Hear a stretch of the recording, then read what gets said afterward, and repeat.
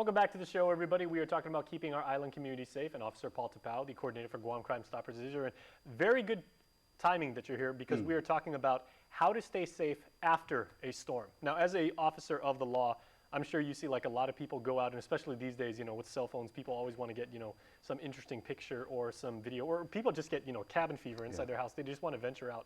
Why is that so dangerous?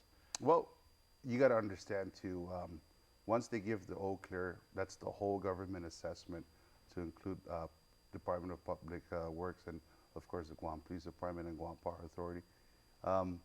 It's bad because you have debris, you have trees that are falling over, you have actually overhang wires that are maybe still live, we don't know, regardless if there's an island-wide power outage. And that's why it's important that they understand that we should leave the roads open for essential vehicles, essential workers who are there to make sure that you know, the roadways are safe, especially the roadways, because a lot of the debris and everything, it's really going to be cumbersome if you get stuck in the middle of the roadway and help can't get to you because you know of the factors that are on the road.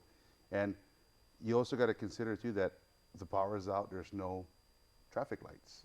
And a lot of the drivers, they have this tendency of just making their own rules and regulations when they hit the intersection and stuff. And it really does become dangerous and everything. And for us as first responders, that's one of the fewest things that we need to worry about are the rubberneckers who just want to go out and sightsee and everything. And now they become a situation where we have to address. And they're not only endangering themselves, they're also endangering you guys, because you guys have to possibly go out there and tell them, hey, we need you off the road. And then you guys are exposed to, you know, down trees, you know, like maybe flooding, live wires, like you said.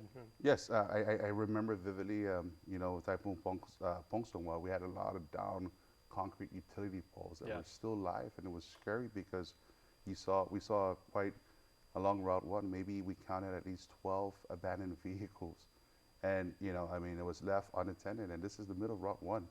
And you also had a jet ski in the middle of the road, and it just shows you that, you know, it's still very dangerous just to be out and about. Now, knock on wood, and perish the thought, but what if somebody out there, you know, the all clear has been given and they have a family emergency, like maybe say their wife goes into labor or, you know, like they need to get to a hospital or see a doctor and everything like that. Who should they contact? They should immediately call 911. Once we give the all clear and everything, Guam Fire, the Guam Police Department, we're there 24 hours a day. The only thing that the Guam Fire, they don't run when it's condition 1, or unless the roads and the conditions permit them to. But once they give condition 4 and the all clear, immediately call 911. Don't take it upon yourself to venture into the road because your normal route that you're used to may not be so normal because you have down trees, down power lines, a bus or a car in the middle of the road that's not there, and you know your tunnel vision, get to the hospital, and you're going to be distracted. So just call 911. All right. Well, speaking of calling 911, what's our crime of the week? This week is a robbery that occurred on the street of Loretta Street in Dededo. All right. Here's the information. On Tuesday, the 5th of May, at around 9 in the evening, officers from the Dededo Precinct Command responded to a robbery in progress at the OK Fun and Game Room located on Loretta Street in Dededo. Now, according to the police report, the attending cashier of the game room noticed a male individual had entered the game room, raised his right hand, and fired a single shot at the establishment's ceiling while instructing the customers to lay on the ground. The suspect then ran to the cashier's booth and began demanding money. Fearful for his safety, the cashier immediately complied and handed the suspect an unknown amount of cash. The suspect then ran into the cashier's booth and fired 2 shots towards the floor and immediately ran out of the game room.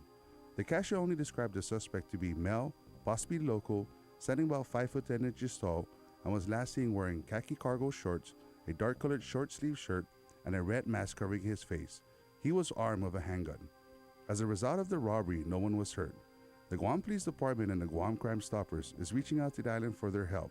Should anyone have any information about this robbery, you can call 477-HELP, or you can submit a text to 486-HELP.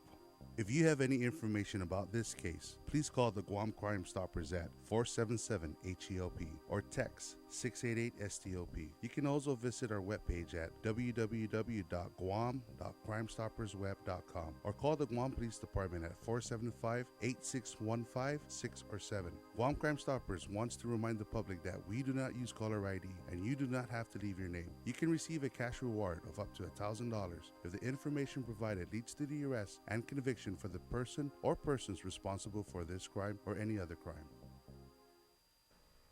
All right, Paul, thanks so much. Good to have you here as always, and please stay safe. Yeah, thank you so much. And thanks for keeping us safe. Thank you. All right, stay tuned, everybody. We're back after this.